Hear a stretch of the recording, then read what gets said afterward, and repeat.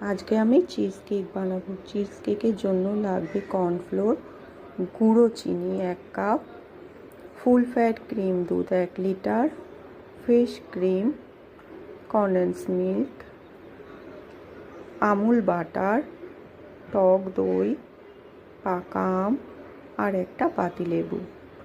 আমটাকে আমরা মিক্সিতে পেস্ট করে নেব। এরপর 1 লিটার পুরো দুধের সাথে ফ্রেশ ক্রিমটা মিশিয়ে গরম হতে দেব। আস্তে আস্তে নাড়তে থাকবো। পুরোপুরি ফোটানোর আগে ওর মধ্যে দিয়ে দেব একটা পাতিলেবুর রস, দিয়ে নাড়তে থাকবো যতক্ষণ না জল আর ছানাটা আলাদা হয়। তারপর ছাঁকনির মধ্যে ওটার একটা কাপড় দিয়ে তার উপর ড্রেনেজ হতে দেব। একটা ভারী কিছু ওর উপর চাপিয়ে দেবো।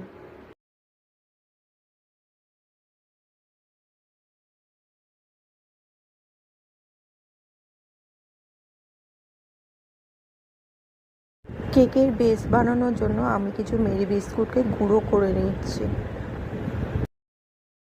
এবার ওই বিস্কুট গুঁড়োর মধ্যে মেল্টেড বাটার ঢেলে ওটাকে মিক্সড করে নেব।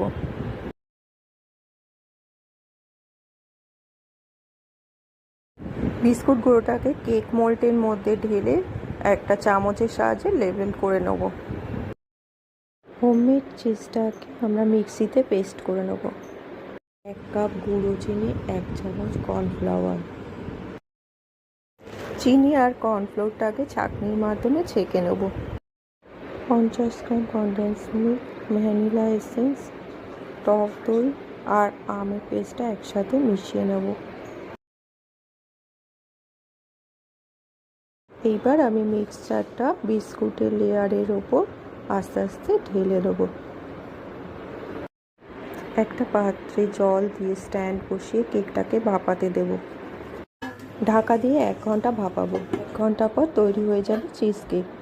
ডেকোরেশন করে ফ্রিজে রেখে দেবো।